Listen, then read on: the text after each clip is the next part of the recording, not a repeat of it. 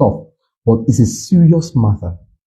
Pornography is eating into our society today. Even for some of us that are watching, we might be struggling with it. You know, you look at the internet today, one of the ways to get so many views is just to put a woman that is, maybe somebody wants to undress. You know, you will want to see what's really happened, and because of that, you will click.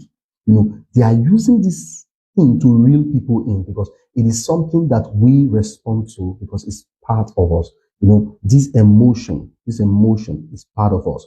But we also must be careful and see how this thing is beginning to kill our relationships. In fact, many marriages are broken today because of intimacy issues. When you go deep, the issue has to do with intimacy. And many of our young persons today are unable to commit, to get to that point where they are able to commit to one another because they are having intimacy issues.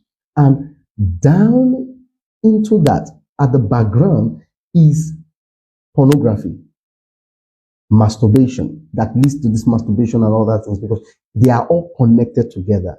And this can be very addictive, and it can affect your ability to be intimate, to experience what true intimacy really is. For example, imagine using a blueprint that is based on fantasy to build a real home. For example, that's what pornography does to the idea of intimacy.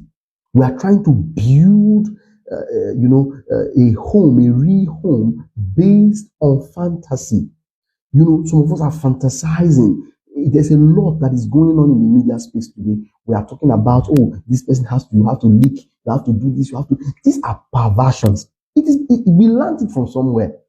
It came from somewhere. Something has projected it to us. You understand? Something projected it to us. So there is a fundamental problem somewhere. For example, you see that pornography actually brings out the problem of distorted body image and performance standards.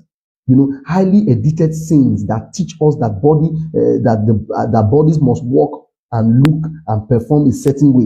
You know, creating anxiety and self-doubt in the bedroom. So people are becoming afraid. For example, there was a woman that came to me and says, "I don't understand how to please my husband. I'm tired. You know, he expects me to do it like this, to do like this, to do like this." There's a lot of confusion.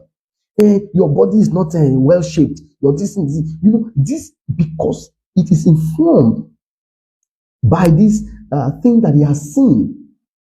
You know, so when these things we see in these scenes on pornography, we think that that's how it should be in real life. So we are trying to build our home based on this fantasy.